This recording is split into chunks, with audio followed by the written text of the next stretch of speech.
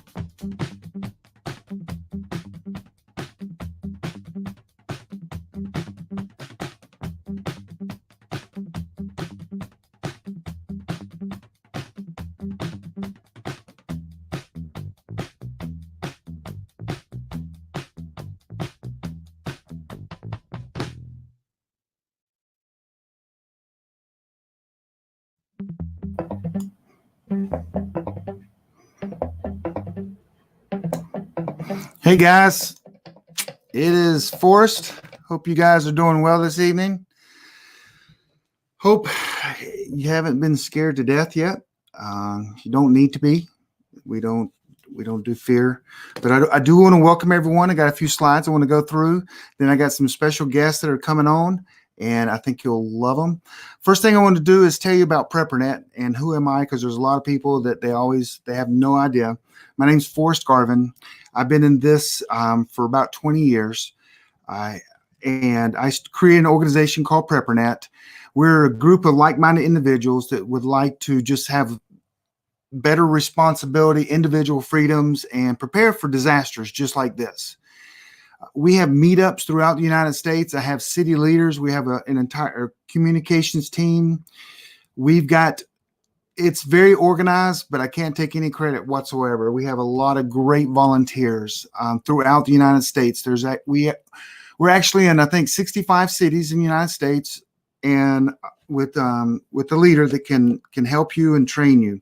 So that's kind of what PrepperNet is more of an organization of like-minded individuals. I do also want to say that I am the CEO of Sun Ovens International. Sun Ovens International is the most amazing company. They make this product called the Sun Oven. You literally can put food in this oven, and it will cook food as long as the sun is out. I don't care if there's 4 feet of snow on the ground.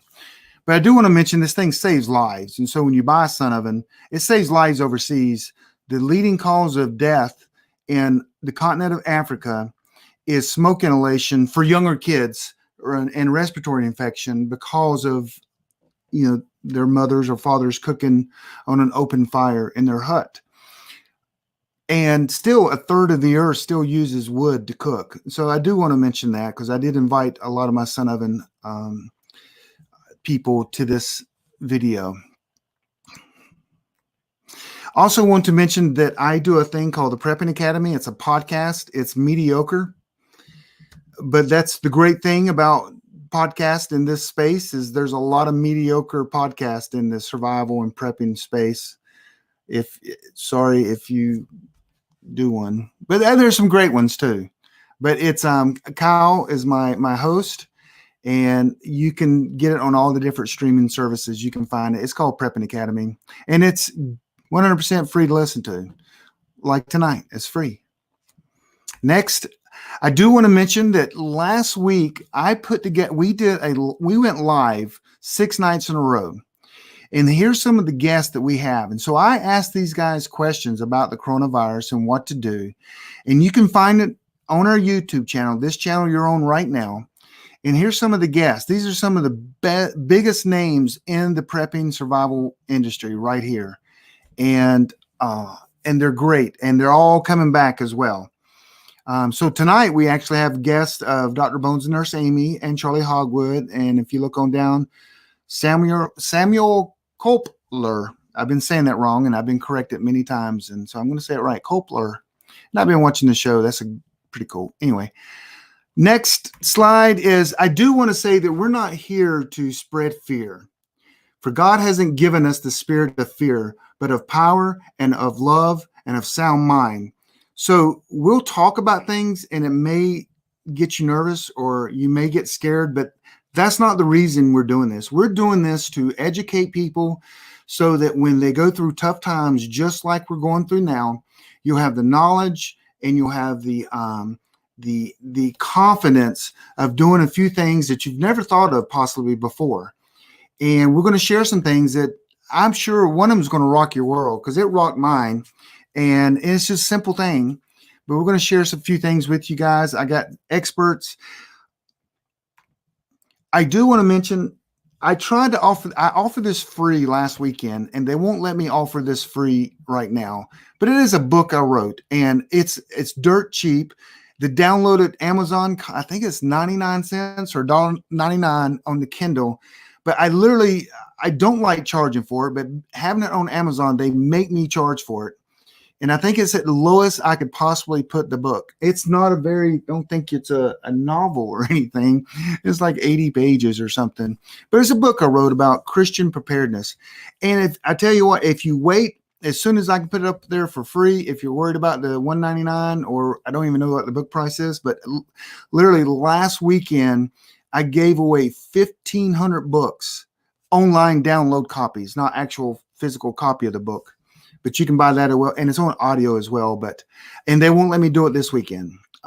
With the KDP of Amazon, you can only do it so many days, and I ran out of days. So sorry about that, but that is a book that I wrote. It's me writing it.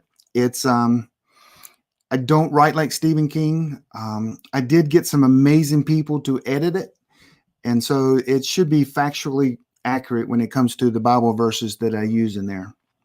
The main reason I wrote that, because a lot of my Christian friends, when they said, hey, when something happens, I'm going to trust God. And I'm like, gosh, that's great. And that's wonderful. Trust God. But God sometimes tells us what's going to happen. And I go through many stories in the Bible that God told people what was going to happen. And you see stories where they listened and they prepared because they took the knowledge God gave them, and you see what happened. And then some people did not prepare, and you see what happened to them. And so God tells us to take care of our family. And he also tells us, in the end, whenever you think the end is, it's going to get worse, and pandemics are going to happen. So anyway, I go through there and tell you it's trusting God, but also obeying God. So you got to trust that he's going to get you through, but you got to take the knowledge that he's given you so you can get through. 10 virgins, Joseph. I can go story after story that applies. Trust and then obey. So that's all I want to spend. This is not a gospel message tonight. I just wanted to mention that. Also on Sunday night, we're going to have Dr. Bones and Nurse Amy, a registered doctor, a registered nurse, legit people. They're going to be on Sunday night at 8 on this channel right here. Just come to this YouTube channel. Trust me, they are very knowledgeable at the virus and what to do. And we're going to take your questions. So what's going to happen is I'm going to have a few questions that they have to cover if someone doesn't ask them. And then I'm going to literally take some of your questions and we're going to read it and they're going to answer them.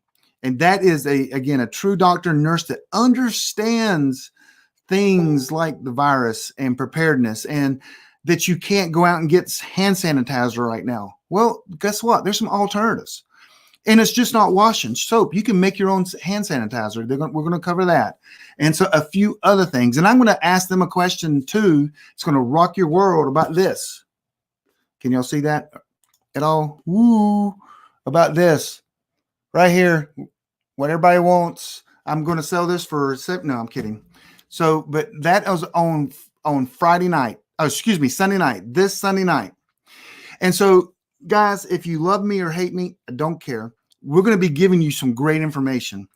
We're going to take tomorrow off, but then on Sunday Sunday night we're going to do this show, and I'm already lined up experts to go possibly on Monday night, Tuesday night, Wednesday night. There's a lot of things to cover when it comes to preparedness, including things with your kids and how you get information and how to be prepared, how to stay in your house for a while and not go crazy. So we're going to cover a lot of them over the next week. Again, just mute me, and then when the people talk, listen to them. Fine. I don't care. So I do want to say this. I run PrepperNet. We have tens of thousands of members.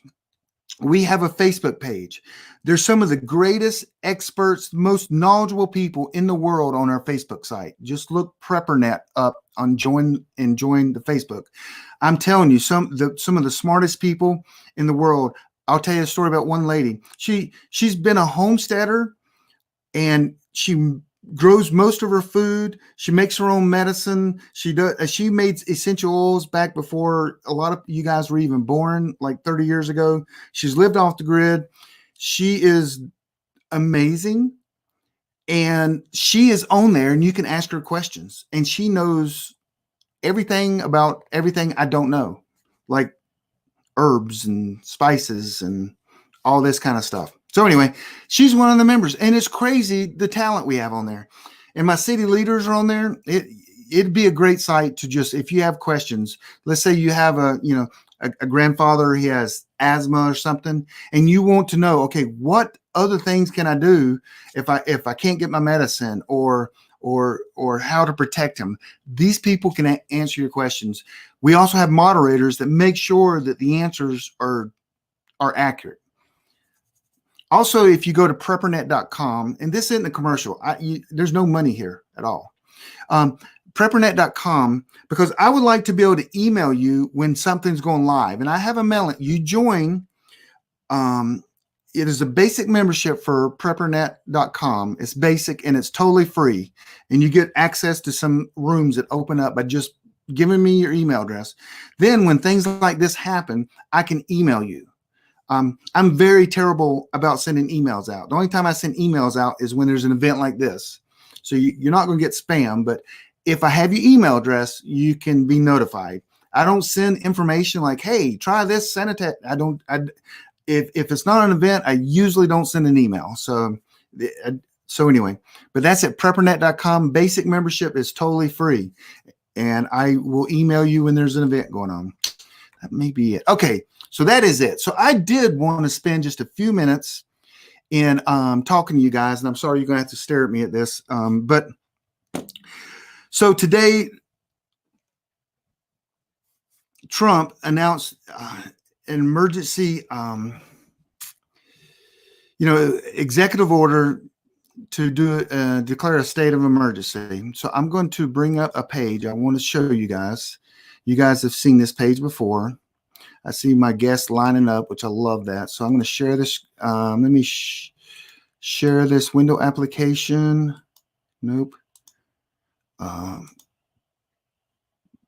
So if you'll give me 1 second, I want to bring something up and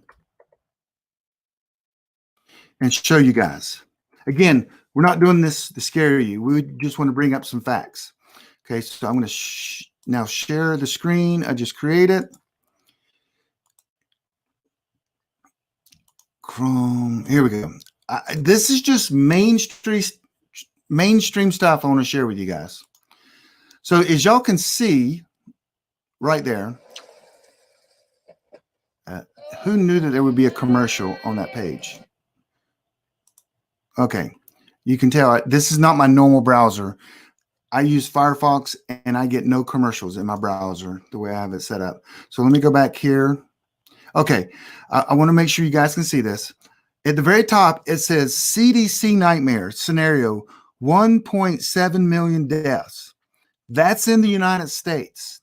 That's saying the worst case scenario. There's one thing I wanted to show you. Second thing is, I want you to read the third line. And this is what I've been hearing coming from the people I know. Complete shutdown on the table. And what that means is one of the options that he has that was presented to him this week, when I say he, that's Donald Trump, was to shut down every restaurant, coffee shop, any gathering other than a grocery store and a gas station. And that was presented to him. And from my understanding, he shook his head like you can imagine him shaking his head and going, and he said, how many days? And the gentleman said, 30 is a start, 60 to be complete. And he looked at the guy. I'm telling you from some things. And imagine being shut in your house and you can't go to restaurants you can't go to Starbucks for 60 days. So you wonder why there's some panic buying going on, and I'll get into that in a second. So with that said, I want to show you why he's saying that. I'm going to share another screen with you. It's going to probably, come back to me. Sorry about that. I'm going to go back to my presentation here. And I want to show you why he is saying this. Because this is how you stop a pandemic. This is a good illustration. It just spreads to the next person, to the next person, to the next person. And how you stop it is if everyone in the United States went in their house for 30, we're saying there's been one case that a man had it for 28 days. That's a long time. And so, but let's say it's 60 days, it ends completely. We don't want that though. No one wants that. But that might be an option. And we have to be ready for options like that. It's scary. So with that said, why are people going out buying food? Because the reason you want to buy food now, and I'm going to tell you, don't go panic. And first of all, don't go in the afternoon. Go about 1 o'clock in the morning to your local Walmart. I've been to 3 Walmarts in 2 different states because I was in Chicago the night before. And I went into Walmart at 12:30 and they're stacking the shelf with new product. It's amazing. I'm like, look at all the new product coming out. There's still a lot of people in there. And then last night I was driving home. I drove, didn't fly from Chicago. And I stopped off at another Walmart. And I went in there. What are they doing? They're stacking the shelves, putting toilet paper out. I kid you not, putting water out. And it was about 12:30, 12:45 last night. And guess what? There were very few people there. The reason you want stuff now is because let's say that your community has 0 people. It's a great time to shop. There's no one there that has the coronavirus. But in 2 weeks, when there's 115 people in your town of 3,000 people, okay, you don't want to go shopping with people that may have this virus. And I'm not trying to scare you, but you just don't. That's why get all the food you can. It's not hoarding, it's preparing. That way you don't have to go out. Because and we'll cover this with Dr. Bones and Nurse Amy. This virus can live on a package in a store up to 9 days. The CDC saying 6. Well, I hope you guys are getting your information from another news source than Fox News and CBS and ABC. Let's just be real. You got to get your news from some other place where there's not a gag order placed on them on the news that they can provide. Look it up. Letter came out to the news organizations from Homeland Security, reminding them of their responsibilities as being journalists and to help not panic the community. I'll leave that. So if the CDC is saying I forgot how many people, if they're saying, and if they're real about 1.7 people were texting me, guys. I'm sorry. If 1.7, I would put that higher. Dr. Hatfield, which is one of the leading virologists, he's saying that there'll be 1.7 by August. The guy that was on Joe Rogan, don't know how to pronounce his name. Joe Rogan does a podcast. He's an elderly man. He was one of the leading virologists in the world. And it was a sad story at the end. He goes, guys, I will die from this virus. He goes, I'm in my 70s. I've got some issues. There will not be a cure and I will die from this. And I'm like,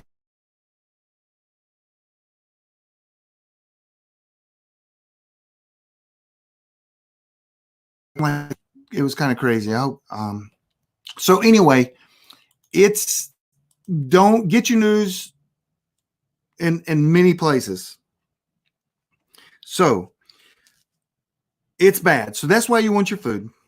The executive order, and we're going to talk about some of the things, what the executive order means when we talk to Charlie. But right now, I'm going to bring on 2 friends. I see one of them. There he is. Hey, Forrest, how are you? His name, Alton. He is a doctor. He is also known as Dr. Bones. Correct? That's me. And you are a genius, right? Oh. I don't know if you can call me a genius. You can call me, I'm losing a lot of brain cells pretty much every day. So. And his wife is somewhere around there. You'll hear her. Yeah, she's around. Yeah, there she is. She's a nurse. So, and their bird, I guess you put it in the other room. Yeah, yes, I sure did. Okay, so I got some questions for you guys, if you don't mind. Okay. These are basic questions. So some people on the internet saying, well, this is just like the flu.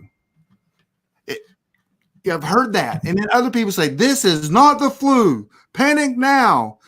Tell us what's the difference between the coronavirus and influenza.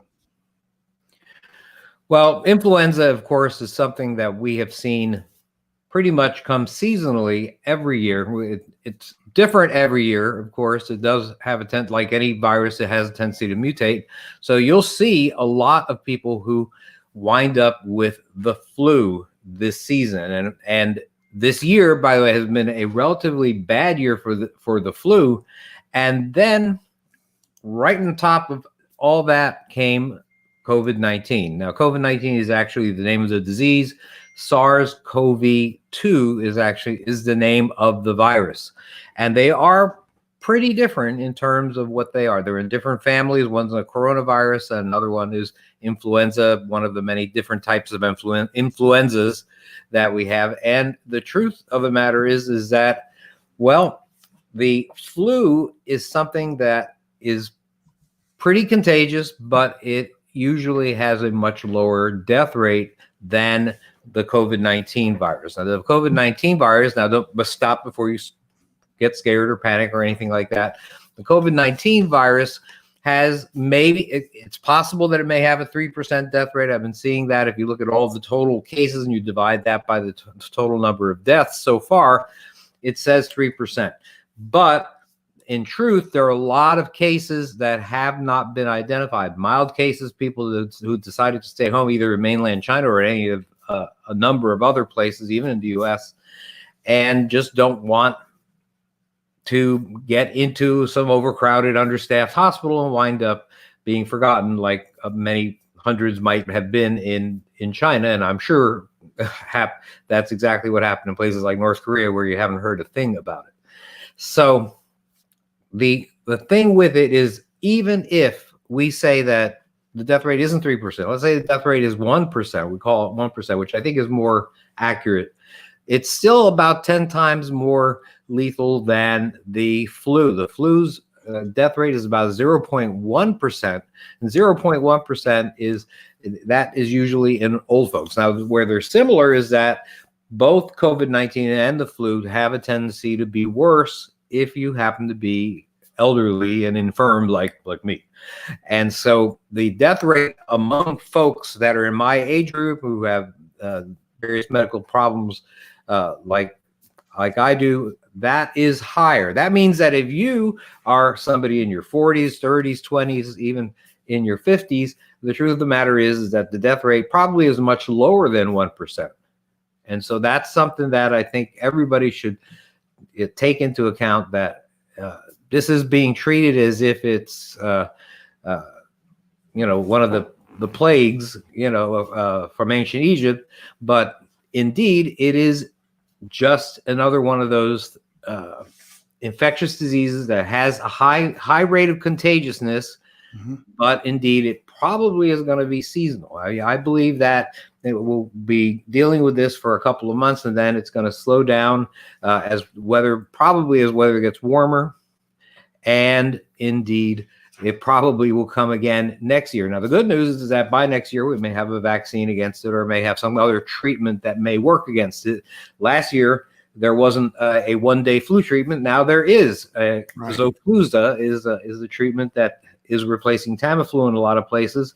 Tamiflu you take for 5 days, Xofluza you take for 1. So we're probably going to go from no treatment for coronavirus to some treatment for coronavirus when it comes back next year, as I predict. So me being 32, I should be pretty safe from this virus. You being 32, you're a young, virile young man. And so therefore, the truth of the matter is that you may wind up feeling like you have a flu-like syndrome, but you are not going to die from it. It is very, very unlikely. Remember, I just want to say one thing. Remember, the flu, the symptoms of the flu, very common. You're exhausted, you have a fever, you have cough, you have many times nasal congestion, sore throat. Well, with COVID-19, you'll have that fever, you'll have that dry cough, but very few people wind up having nasal congestion. Very few people end up having a sore throat. If you feel sick now and you have a bad sore throat and you have nasal congestion, it's very unlikely to be COVID-19. It's going to most likely be a cold or flu, which is bad enough, but it's probably not COVID-19. As a matter of fact, more likely, even though it occurs in a very small minority of cases, more likely you might wind up getting GI symptoms, things like diarrhea, if you have COVID-19 and are not going to have just the regular respiratory symptoms. Okay. Well, so I look on this, and a lot of people will see this, and it says the virus name right on here. So, I mean, have you noticed that? Yeah. Oh, yeah. We have. So tell me why. Tell me why. Did they know this this virus was going to come out? Has it mutated? They don't know. They didn't know that. But coronavirus, actually, there are many different coronaviruses. A lot of them. There's coronavirus in dogs. There's coronavirus in cats. Coronavirus in some kinds of livestock, and there are 6 other types of coronaviruses that exist, and 4 of them are 2 of them are very bad in terms of being very severe, like SARS and MERS, sudden acute respiratory syndrome, and Middle East respiratory syndrome. But the other 4, besides COVID-19, there's a total of 7, basically are what about 15 to 25% of the common cold are coronaviruses. And so therefore you'll find that there'll be a statement about coronavirus in things like Clorox wipes or Lysol wipes, and they'll say that it takes care of that. Just like if you went to Home Depot and you looked at an insecticide and you look to see, well, let's see, is this going to get rid of my spider mites, or is this going to get rid of this or that? And it'll say what it does get rid of. Okay. Next question. So, also, I want to remind everyone, Dr. Bones, this gentleman right here, and his wife, the hand lady that came out, they're going to be there. She is. They're going to be taking questions on Sunday night. Your questions on Sunday night, and we will get most of your questions answered. So we're going to cover a lot more things with these 2. I got a couple more questions for you guys. So if I'm going to the grocery store tomorrow and I confirm there's no one there sick, what kind of drugs should someone buy right now? Well, you should buy drugs that are going to make it easier to get through both the symptoms of either the flu or coronavirus. Basically, what you're going to do is you're going to get something that's going to drop your fever, and so acetaminophen or Tylenol that might work. That would work. Ibuprofen probably would work fine too for that purpose. So you want to get that. You want to get some kind of way to make sure you're hydrated. So if you're going to a grocery store, there's going to be lots of liquids that I'm sure you have some liquids there that you would buy that you could stand drinking lots of. Remember that they say that we walk around semi-dehydrated all the time, and we never drink as much fluids as we need to. You got to drink the same amount of fluids in ounces as you weigh in kilograms. And so that means somebody like me would need to drink 80 ounces. I weigh about 172 or 3. So I Same here. So I drink about 80 ounces of water a day. Now, if you take, that means 5 16 ounce glasses of water. It's a lot of water, but it's something that you really should do. Also, things that might break up phlegm, like guaifenesin, otherwise known as Mucinex, that might be useful. A cough suppressant may be helpful to have in store, but to be honest, I would only use it if you are having trouble sleeping, if you're coughing so much you can't sleep, or you're having trouble resting, you're just too exhausted. So okay, go ahead. I'm sorry. So I called you today, and we talked, and because I was so disturbed when I went to the Walmart market, just a quick story. My son, and you guys know this, he was in Paris yesterday. So he flew back with his group and got back in. He's actually in Chicago now, flying to Charlotte. So he's been in Paris, and we decided that he needed to be quarantined along with a couple of his friends. So I organized, as they're flying, I organized with the parents to get food and put it in the car, my son's car. We're going to take it to the airport tonight around midnight and leave the keys in the car. As he walks out in his car, whoa, I just lost Dr. Bones. He will come back in just a second, I'm sure. But so he's going to come out. His friends, they're going to get in the car. They're going to drive away and go to a house and be isolated for 14 days. So that is, that's what we decided to do. But I called Dr. Bones and Nurse Amy today because I saw this gentleman grab some Clorox wipes. Y'all know what these are. And he's using them 100% improperly, 100%. And I bet you guys might be doing it as well. So here comes Dr. Bones now. I knew you guys would come back. Hey, sorry about that. I knew you'd come back. I don't know what happened. I'm telling the story. I'm just here for the beer. Yep. That was Amy. So this guy takes his Clorox wipe. He wipes the handle of the cart. Then he wipes his hands. He throws the towel in the trash can and walks in the grocery store. And I'm like, whoa, you can't do that. Now, I'm going to read something on here. Do you mind if I read this? Yes, because it's going to blow people's mind. I know where you're coming from. Go ahead. Okay. Well, I'm not sure I can read it because I can't see it in the dark here. I can read it if you want. Okay, go ahead and read what is written on the product that these people are using wrong. My glasses. All right. Well, this is the deal. It says here to disinfect, you want to use the smooth side of the wipe to disinfect hard, non-porous surfaces, like let's say the handle of your grocery cart. You wipe the surface to be disinfected. Use enough wipes for treated surfaces to remain visibly wet for 4 minutes. Bingo.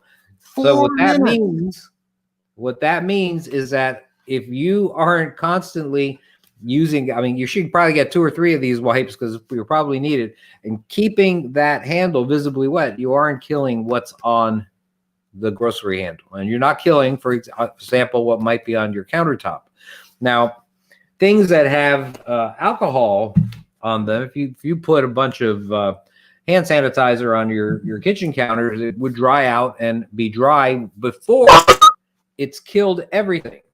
And this is what they're trying to say here. There's a contact time that the area has to be relatively wet, visibly wet. And in this particular case with Clorox, micro disinfecting wipes, and for Lysol dual action wipes, that time is 4 minutes. So it has to be completely wet for 4 minutes before this says it will kill the germs or virus. Right, exactly. Now that doesn't mean that it doesn't kill, that it kills 0 viruses if you leave it less. But if you want to have the best effect, it's telling you there that the contact time, the time that it has to remain wet and on that surface, is going to be 4 minutes for any non-porous surface like wood or like a countertop, formica, plastic. So that's what you've got to do. And that's very, very, very important. A lot of people don't know that. Even I didn't know it myself, to the extent that it had to be visibly, product, right? Actually visibly wet. I also want to say that we went to a store recently and there had been copious amounts of hand sanitizer wipes all around the store, and now there are none. Right. So bring your own, folks. Or if that happens, bring your own wipes in a Ziploc bag so they don't dry out. Or if that happens, just go behind the register of a register that they're not currently using, and there's going to be some Purell that's probably on the hanging on the wall right next to. Well, there isn't Publix. Publix has those, but bring your own wipes into Publix. Now, another thing that I do is I don't throw them away. I get 3 or 4 of them and I keep them on my hands, between my hands and the cart handle the entire time. And if I touch something, I immediately wipe my hands afterwards. So the entire time that I'm shopping, I'm constantly cleaning my hands. And on the way out, I'm doing the same thing. And I'm asking the clerk who's touching my groceries, and if there's a bagger, I nicely demand that both of them use hand sanitizer before they touch my groceries. And I tell them, I said, you just touched 1,000 people's groceries before you're touching mine. I don't need all their germs on my groceries that I'm bringing home. They're dirty enough. And they've been pretty nice about it. So, you know, I mean, you don't have to be mean or anything, but we just insist upon hygiene as much as we can. That's all we can do. And hopefully Joe and I won't have to go in any more stores for a long time right now. Oh boy, I'm hoping. So we're going to get a lot more from Dr. Bones and Nurse Amy Sunday night, 8 o'clock, this channel. We'll go over, tell me if we will, how to put the mask on. Okay. And, you know, the N95 mask. And those people that don't have masks, maybe we can get Nurse Amy to demonstrate how to make one. Oh, maybe. She's handy. It's not an N95 though. She's pretty handy. You know, the only problem. It's called a trash bag, right? Over your head. No. But you don't breathe too well with the trash bag method, you though. Can for 10 minutes. You can for 10. So, but we're going to have more of them on Friday night. Sunday night, 8 p.m. on this channel, and they will answer every one of your questions. Almost every one of them. Okay. Everyone we can. We'll always do our best. Hey, thank you guys. And if you want to stick around, maybe you come back in. We'll have some questions for you. I'm not sure how bored you are or not tonight, but anyway. All right. Medium bored. Not bored, just medium bored. Just tired. Just medium bored. Yeah. So it's been a long few weeks for us. No, we're not bored at all. Okay, see you guys. Thank you. All right. Okay. Bye now. Okay, next I'm going to bring in Sam Culper. I always say that wrong. I've been saying it wrong for years, and poor Sam has never once corrected me. It was my wife that actually corrected me. And I told him today, and he goes, "Yep, you've been saying it wrong." I'm like, "Why? So I read the book, Washington 6 or Secret 6, and now we're watching the video series. So Sam, tell us a little bit about yourself and why I would have you as one of the experts in all the world right here to answer a few questions. Well, yeah, thanks for having me on. I guess I would just start off by saying I was an intelligence analyst for almost 10 years in the military and the Army, and also as a contractor. And so really my wheelhouse is really intelligence and warfighting. I spent 3 years in Iraq and Afghanistan, but I learned this skill set, and guess what? It's applicable to all information. And so I'm not an expert on COVID-19, but I have built up an incredible amount of knowledge about current threats to national security and threats and risk domestically. And well, I suppose that's why you're having me on the show.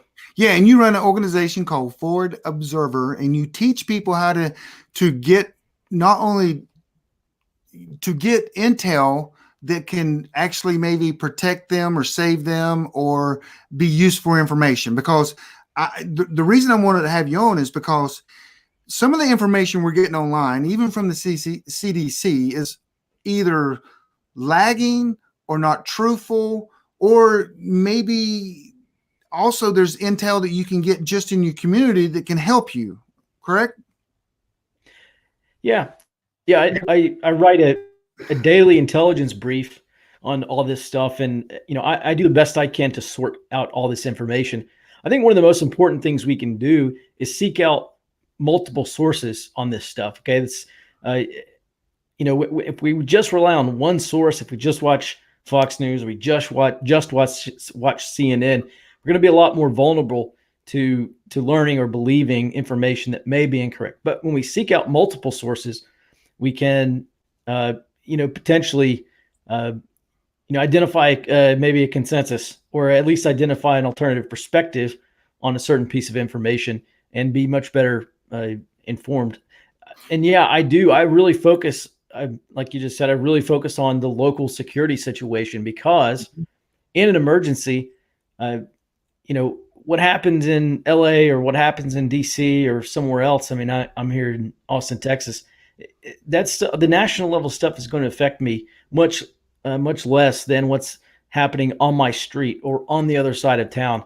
So really real-time intelligence gathering, it may not be incredibly applicable for COVID-19 outbreaks or pandemic, but I do teach intelligence gathering, how to gather information, how to analyze it, and how to put together the local security picture. So one of the questions I'm making this up as I go because I think it's a good question. How is there a way possible? And there is. If there is a group, let's say, of stock people within a grocery store that just got sick, you want to know that information. That could be on the news, but it could be on it. Someone could have posted on Twitter. There's lots of places you can actually get this information from. How would one start assessing their area and finding out maybe where there is some quarantine places that the government is doing, or dry? I mean, I know there's many different news sites, but I mean, would a scanner be important? How would you go about assessing the situation in your area? Yeah, well, first I would rely primarily on human intelligence and open source intelligence. So first of all, I would try to make friends, or at least seek out or ask for introductions to people who know the information I want to know, right? We're talking about collection requirements now. So I want to gain access to the people who can answer my questions. So, that might be county health officials. That's a very good idea. People hospital administrators, local physicians. In the case of quarantine, if there's going to be a quarantine in your area, I would, I'd start with a Google search, but, a lot of the information may not be online. So I certainly would stick to human sources. And this is why, Tribe or being a member of a preparedness group or some local preparedness network is so important, because I can call up the people in my preparedness network or text them or email them and say, hey, do you know anybody in the local medical field here? I have some questions about what my county or what my town is going to do in the event of a community outbreak here. And then we can leverage those people. So, for me, having a prepper group locally, or, at least a prepper network being linked into a network somewhere, is incredibly valuable, because now we have lots of intelligence collectors. So so you can network with your neighborhood. You might have a neighbor that works at like a grocery store, asking them questions. Hey, how's your supply line? Are you getting toilet paper? And find out what's going on, because the quicker you get that information, the intel, the quicker you can make decisions for you and your family. If the guy says, hey, we're starting to run out of bottles of water and they're saying it's going to be about 5 days, that's information that you could use. So I'm in a county right now that they actually had E. coli, a weird timing, in our water, and they shut down all schools and all the city places. It's a weird time to have that going on. And I called a guy and said, hey, he's like he's in the know. And I said, what is going on? And he told me it's totally random. They have nothing to do with each other. And I think now since it's been fixed, but any intel that you can get and gather and process could actually help you in your decision making. Would you agree? You'd agree with that for sure, wouldn't you? Yeah, absolutely. Yeah, intelligence reduces uncertainty about the future. Intelligence does a lot of things, but reducing uncertainty about the future specifically is what it does really well. So do you have any recommendations of what people can do to be informed? I mean, kind of you live this with this information. What's some of the things you would do in your community if you want to know what's really going on? Yeah. So the first thing I would do is, I would start a Google alert, or you can use a website called If This Then That, and basically you're creating search queries to alert you. So If This Then That can text you if your county health department puts out a press release or something like that. So we can follow on Facebook and Twitter and all social media, and we really and I wouldn't just stop at organizations. Seek out other individuals who are in the know that might be sharing information via social media, and you can create a Google alert for them. You can, there's a number of ways that we can essentially kind of track the social media activity. But I would absolutely recommend folks do that, and don't wait for it to come on the 6 o'clock news. There might be community forums as well, and I would take that stuff with a grain of salt. But, there might be something on Reddit. You might have, Facebook groups for the area. And actually, that's one one thing Facebook groups are really, really good for is, kind of community input. It's essentially crowdsourcing intelligence. Right. You're going to get a lot of crap in there though. So, just beware of that. And remember, you want to act on confirmed, finished intelligence, not on what Randy's cousin's girlfriend's, mom's stepbrother said. So if you're in a community, I would recommend, a lot of you guys don't like Facebook, but right here, an intelligence officer and a gentleman, but it is important to know what's going on. So if you join your community Facebook site, people will post things. Sally across the way watches things, and she's going to post, hey, looks like the boy down the street has the virus. And all of a sudden you go, wow, there's someone in my neighborhood that has the virus. And you can also join possibly other neighborhoods as well and get intel on that as well. So intel can save your life. If I know that, sometimes like in Washington, people were getting sick and they had no idea how they were getting sick. And then they started doing some research and they go, okay, there was a guy with the virus that went through the store. And then this gentleman, they didn't even know each other. He went through the store, either touched the packaging or breathed in some of the molecules, and he got sick. And they go, because this can stay in the air up for 3 hours. But that information is important. Yeah, that's one thing that actually the CDC and Google and other organizations do too. They data mine social media. So, when someone gets on Google and they say cough, fever, whatever, they're Googling their symptoms. A lot of that stuff has a geotag or some kind of geolocation based on IP address or something like that. And so, Google says, wow, 50 people just searched for cough and fever and sore throat. And the CDC does that as well. It's called geofencing. You draw a bubble around an area and you say, okay, I want all tweets in this area, or I want to read all Facebook posts or whatever. Facebook is a little more difficult. But if you have an API, okay, if you have like kind of a corporate level account for information, or you are, if you join CERT, or if you join some of these, disaster relief or disaster response networks, you can get the Twitter or Facebook API so that, it'll help you data mine that stuff. You have to be a member of like a nonprofit organization. Right. So start a prepper group and go be a nonprofit and say you do disaster relief and ask to be their API. Yep. So any, and I always say this, and it's funny, any last words or any intelligence or what can you do to help? Any words that you can just absolutely blow people away and help them in their intel gathering? I know that's putting you on the spot, isn't it? Well, okay, wait. I got another question I can add on to that. Okay. So Google, apparently Google's doing an app and a website that is going to, you can go in there and put in your details of what your symptoms are, and they're going to map it as well for us, that's a lot of detail that you can get there. But anyway, go ahead and read your question. Your pithy answer. I would just say seek out local sources as much as possible. Don't get caught up in the cable news is like a pogo stick. Tomorrow it's going to be COVID-19, but any other day it's going to be something else. And the day after that, it's going to be the latest outrage thing. Hey, get angry at the other side. Some of it's deserved. But I say 60-30-10. 60% of your preparedness intelligence gathering capacity should be directed at local sources.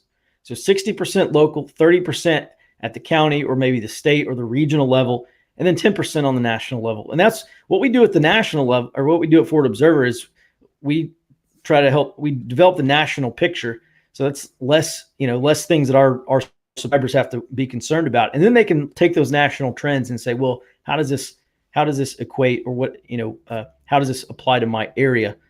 We can't do everyone's can't do everyone's local community. So that's why we teach them to do that. And while we take build the security picture on the national level. Yep. Well, Sam, thank you very much. You're going to be on with me one night next week. We've already talked about it, and you'll get more in depth on how to do like a Google alert. Is that right? Yeah. Google alert.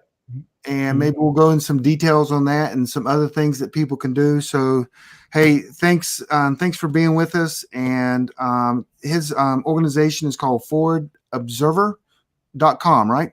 Correct. Yep. And he has an intelligence brief that he does every single morning. If you want it or not, it just shows up in your email box. Yeah, and I'm doing the podcast now too. So if you need something to listen to or from work, yes, that'll be it. Yeah, you can go to members.forwardobserver.com and sign up. Yep, his is probably not mediocre like mine. So, hey, thanks, Sam. If you want to stay around, I see Charlie is in the house, and we'll talk to you later, Sam. All right, maybe. See you. So, oh gosh, man, dang! I thought maybe you were going to take off that mask. I did. It looked like I took it off. Okay, this is Charlie Hogwood. Everyone, you guys have heard of like search training. These are people that have trained with the government and been trained, and they know everything. If there's a disaster, this is the man. This is the manager. He could manage the entire coronavirus outbreak for the United States.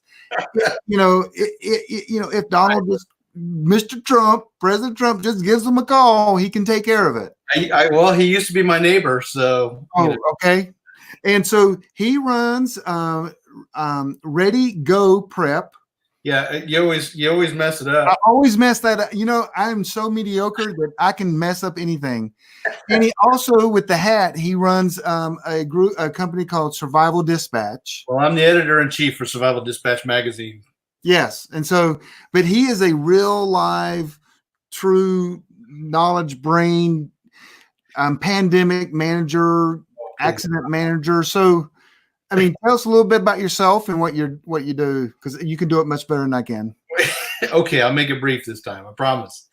So, no, I'm the editor-in-chief for Survival Dispatch magazine.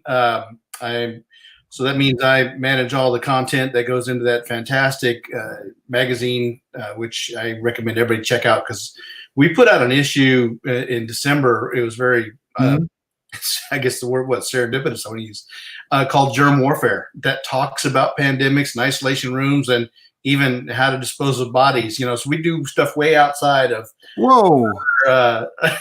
publications might do.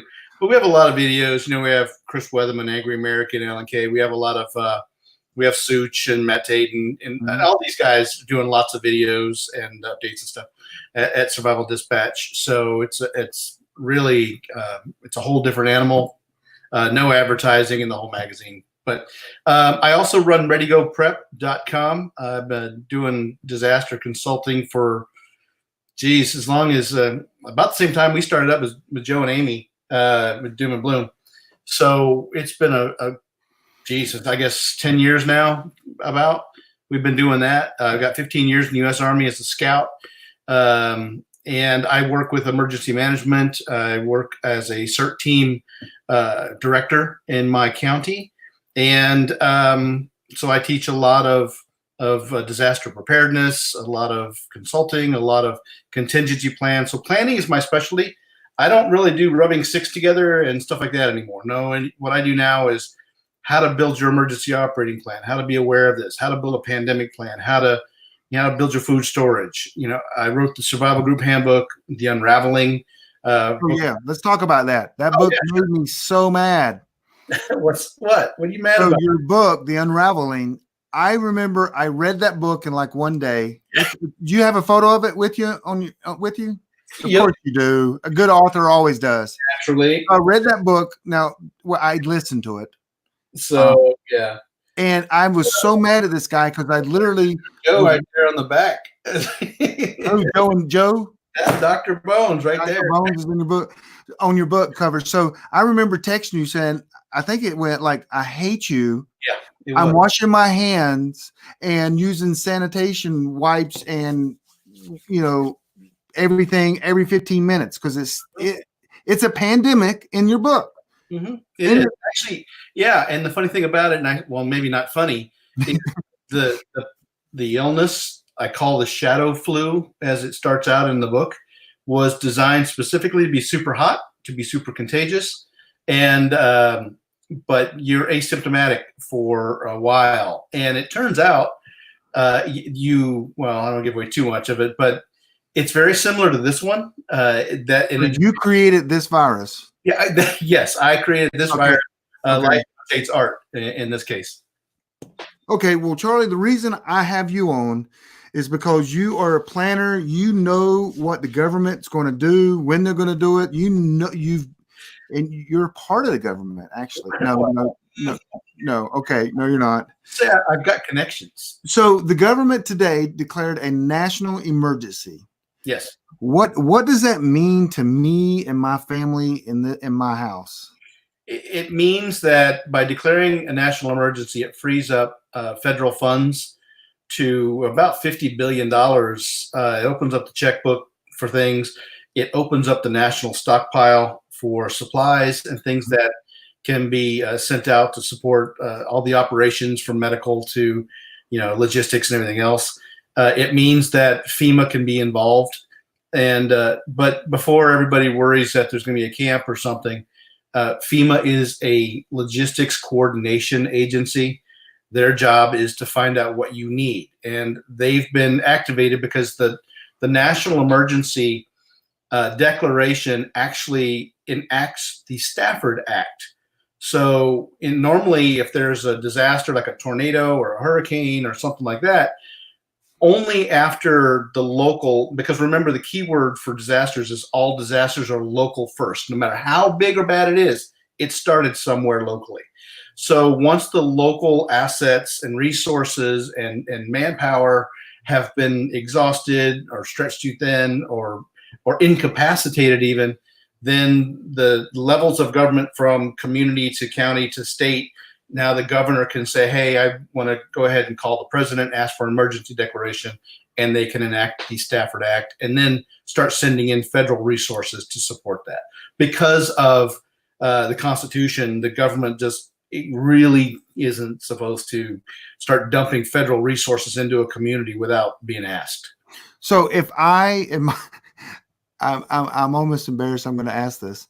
If I declare a national emergency at my house, can I get some of that money? No, $50 billion?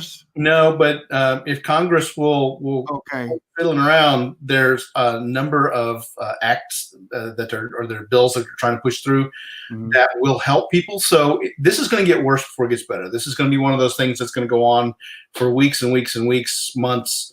And a lot of people are going to be out of work. If it does turn into where they increase, the containment's no longer working, or they're expanding containment so much that and the infections are taking people out of the workforce and offline. Like, so if you work at a grocery store, you work on a cruise ship, or you work at an airport, or whatever your job is, if you've been affected by this or been laid off, then you're looking at possibly being reimbursed or assisted financially by the government. So that is what they're trying to put through as soon as they get through with the partisan politicking up there. So what's next for everyone in their local community? We know there's going to be possibly some testing, but what's going to go on around the hospital?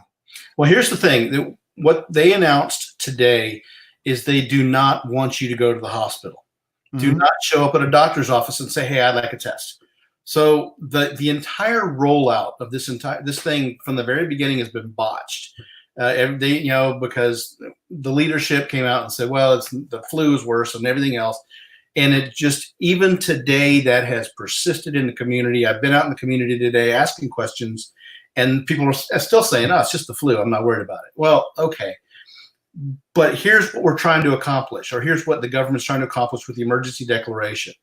They've now engaged private industry. You've got Walgreens, CVS, Target, Walmart, the big medical companies. You got all these people that were standing out there to join the president at his press conference. And now that they've done that, they're trying to get this testing sorted out. The test was a mess. It was sent out missing parts. They didn't have the agents and stuff that they needed to test or complete the tests once they received it at these local places.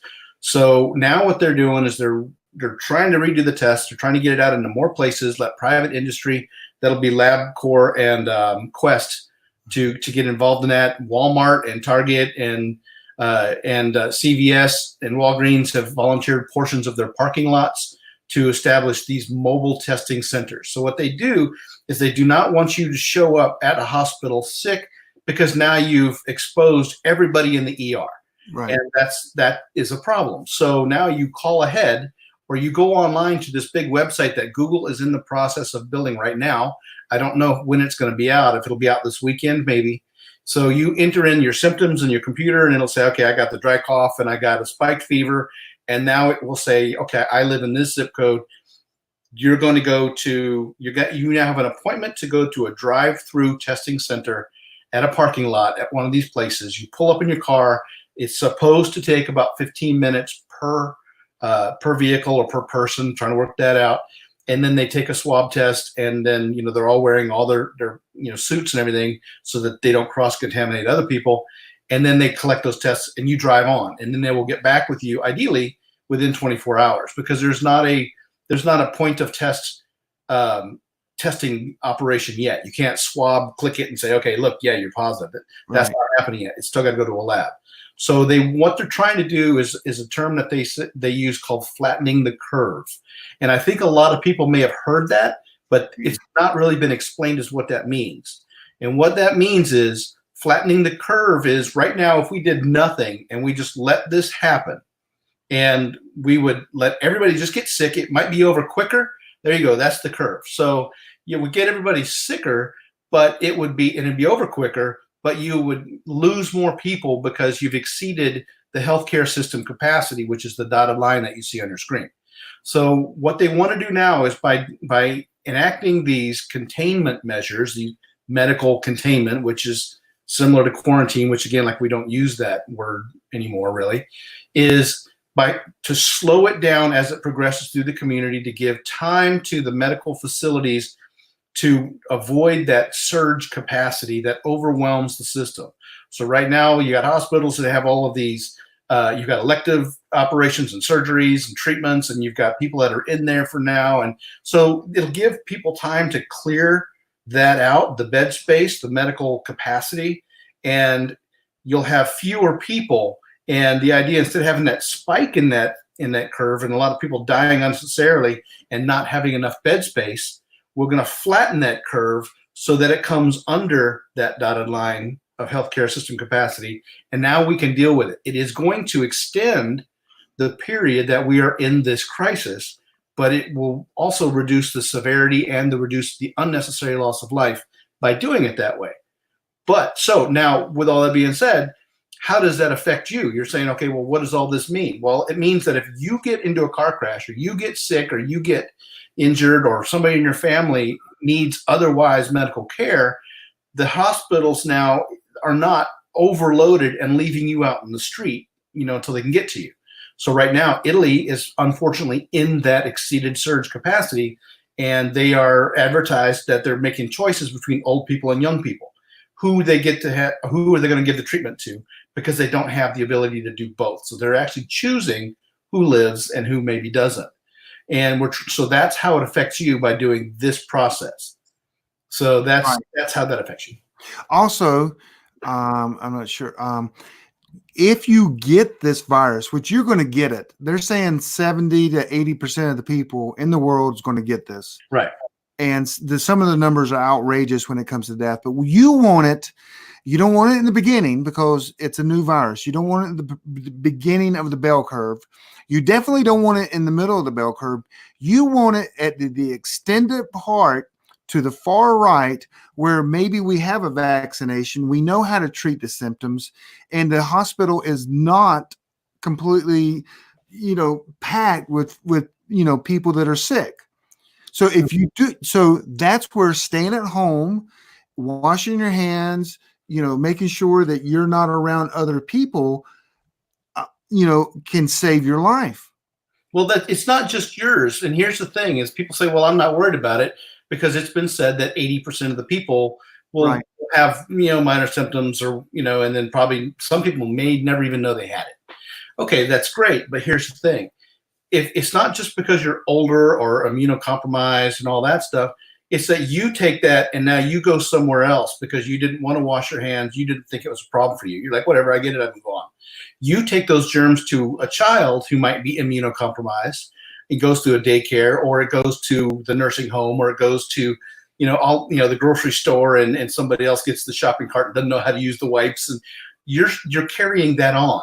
What we're trying to get everybody to do now is, if you prevent it as much as you can within your sphere of influence, your family, community, work, then you're doing your part to flatten the curve. And then that way we're not putting people at risk. Those are family members that we could be putting at risk. They're somebody's family. Yeah. So if you break the transfer, just like this simple, diagram or image here, that's what we're trying to do. So when my son, which just came back from Paris, he was in England and in Paris sightseeing. It was his college tour, his college break. When they came back, we're putting them in a 14-day quarantine. And it's going to be hard tonight when my wife sees my son walk out right there at the terminal, and he gets in his own car because we have to take his car there, and he's going to drive away. She's going to oh, but that's what FaceTime is for. So you got to separate. Yep. So there's other things that all of this are affecting, aside from the medical stuff. And I don't want to dig too much into that because that's really Joe and Amy's, forte. But what we're looking at, if we don't manage this curve, I guess, if you will, we're looking at more issues as far as resource shortages.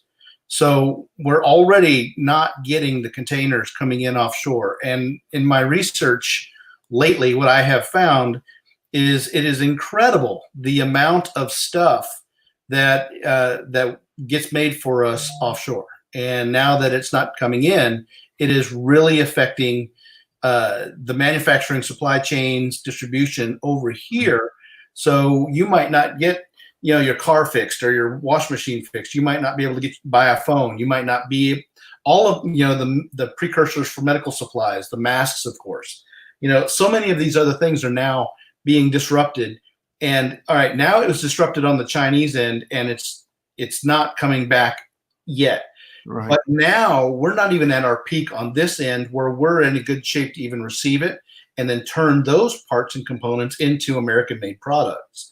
Right. So the viral thing is, yes, it's an issue, but I'm really now looking towards resources that are going to be in short supply going forward. If we remember back to 2011 with Fukushima Daiichi, that was a triple threat. That was an earthquake with a tsunami with a meltdown. When that happened, so many of the manufacturing supply chains in Japan failed, and you couldn't get stuff over here. They got that back under control, but therefore there was a while where you couldn't get parts for Toyota and Honda and a number of these other manufacturers. So now with the market swinging all over the place the way it is, the funding is going all over the place, and the supply chains and the manufacturing that's not being done here and won't be done here over the next several months, we could be looking at shortages. So all of that being said, if you don't have the stuff in place to survive and shelter in place, like I say 3 months. If you're good for 3 months, I think you're in great shape. But if you're not, when you go out to get that stuff that you now don't have, it might not be there. And it might be there, but the stores might be closed. If they go to a harder containment, if they go to a lockdown of all non-essential businesses, you might not get the stuff that you need. Your small business won't get the things you need. Your family won't have the food you need, the medications, whatever it is. So tell us about that real quick. Because even on Drudge Report, they're saying, a full containment is on the books for President Trump. What does that means? You're advised to stay in your home for. Yeah. So, all right. So there's a lot of people are going to call it martial law. Well, if you enact the Stafford Act, you could technically say that, we're right there. In New Rochelle, New York, when you have the National Guard that is actually creating a containment zone, that, yes, you can call that martial law. What you saw in Watertown, Massachusetts some years back, that was martial law.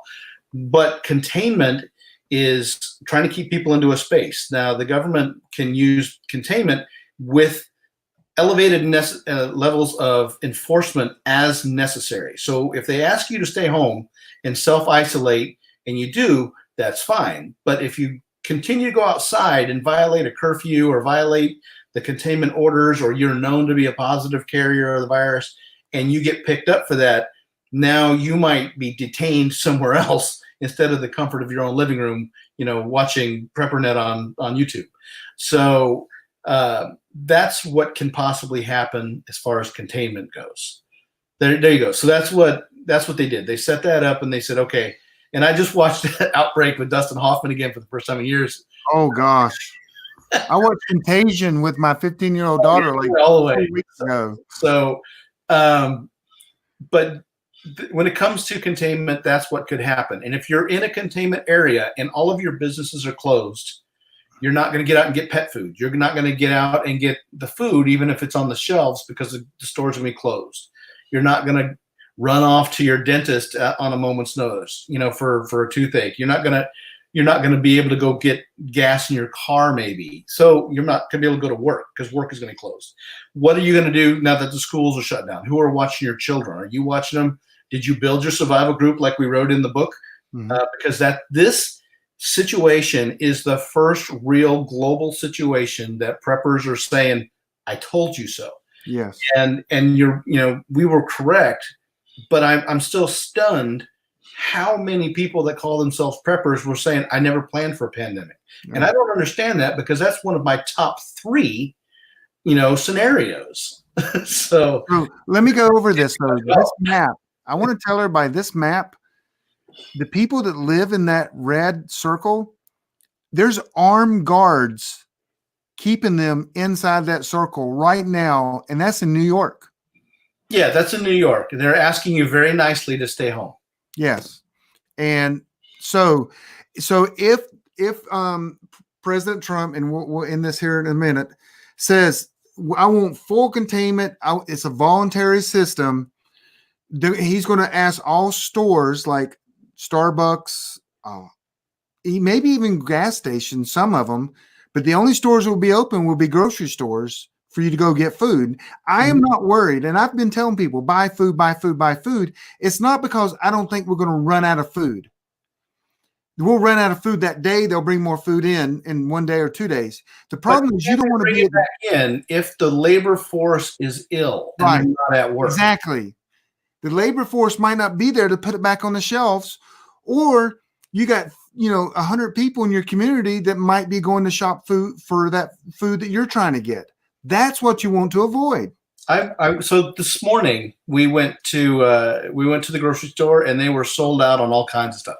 And I'm talking a super Kroger, not just your backwoods buy low something. I'm talking these are major stores, and we are in the mountains, and we're not downtown Atlanta here. We're North Georgia, and so they didn't have any chicken. They were sold out on eggs and all kinds of stuff like that.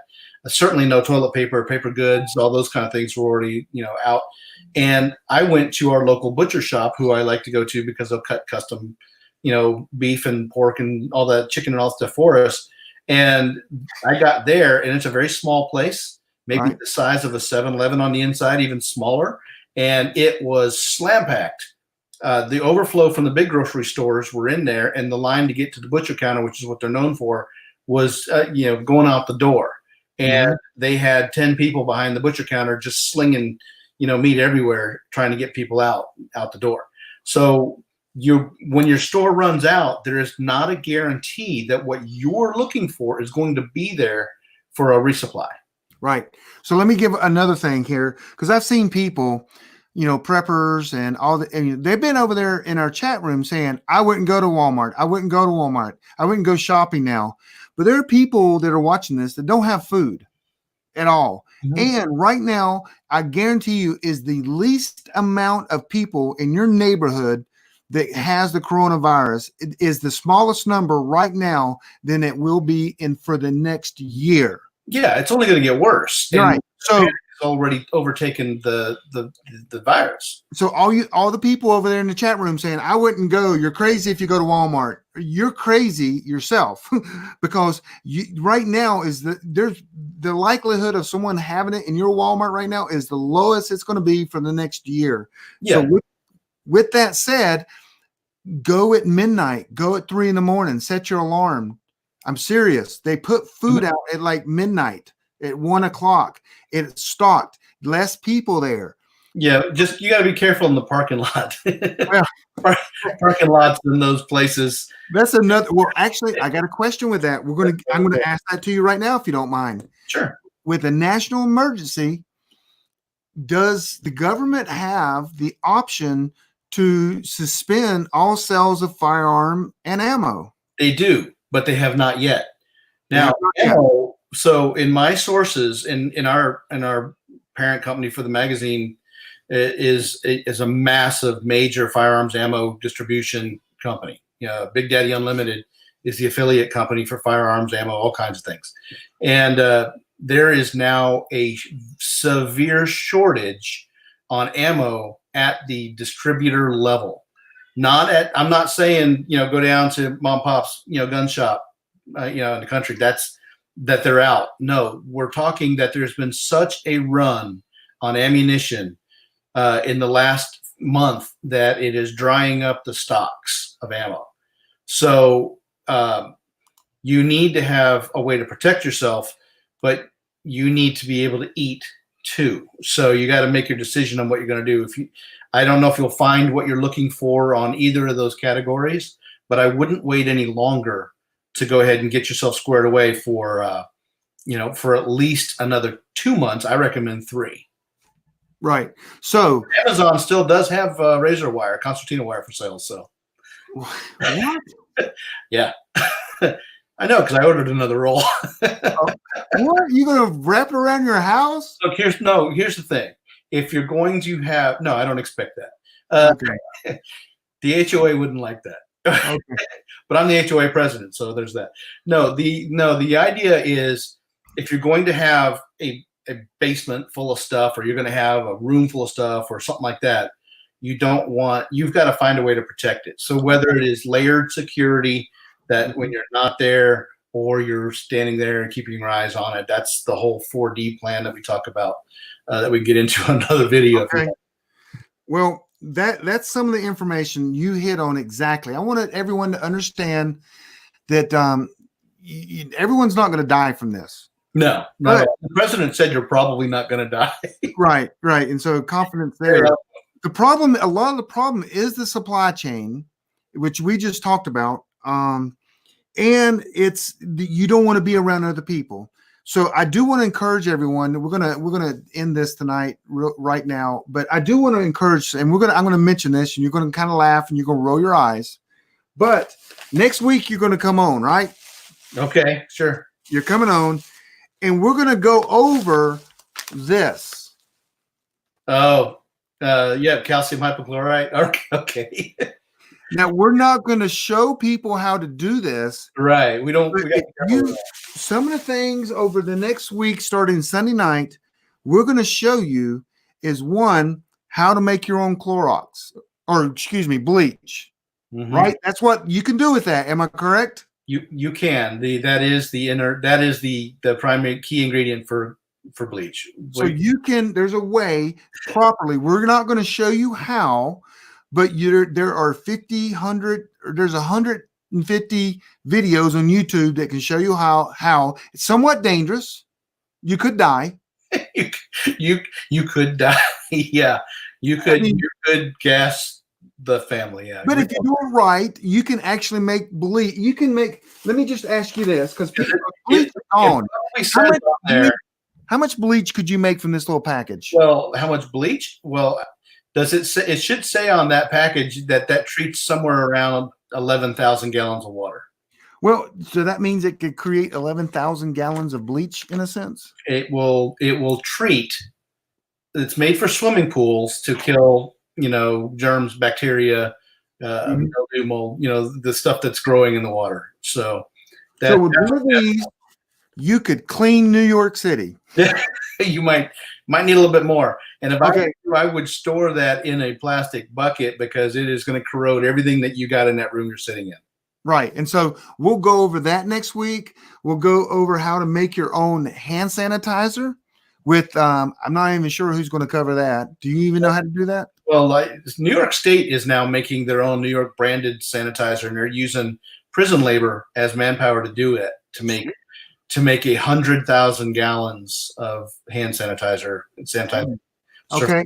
So that's some of the things that we're going to start on Sunday night. I know Dr. Bones and Nurse Amy, Amy's going to show you how to make a mask. It's not N95, but it will protect you somewhat if you have to go out, because America is not going to get N95 masks for a year. Don't think that they're going to start. It's going to be a while. They've ordered a lot of them, but unfortunately it finds out that a lot of them are made in Wuhan, China. So. Exactly. And some of your drugs, we're going to talk to a lady that's going to help you with some of your drugs, because guess what they're not making right now? Diabetes medicine not being made. It's made in China. Factories have been down for 2 months. Heart medicine. There's all kinds of medicine right now that is not being made. There's going to be a shortage. So we're going to have experts to kind of, some of them are medical doctors, some of them aren't, but they can tell you other ways to maybe accomplish some of the things that you need to accomplish. Mm-hmm. That's what we learn in the survival and prepping world. Other alternatives, if they stop making ibuprofen, what can I take, or Tylenol? Mm-hmm. And we learn that stuff. That's some of the things we learn. We're nuts. We're crazy. Right. We're crazy. Mm-hmm. And so okay. Over the next, starting Sunday night, we're going to learn some of that. And Charlie he's written a book about pandemics. When you write a book, you got to know the subject. He's also he's the expert. Well, one of two. He's the expert. I hate that word.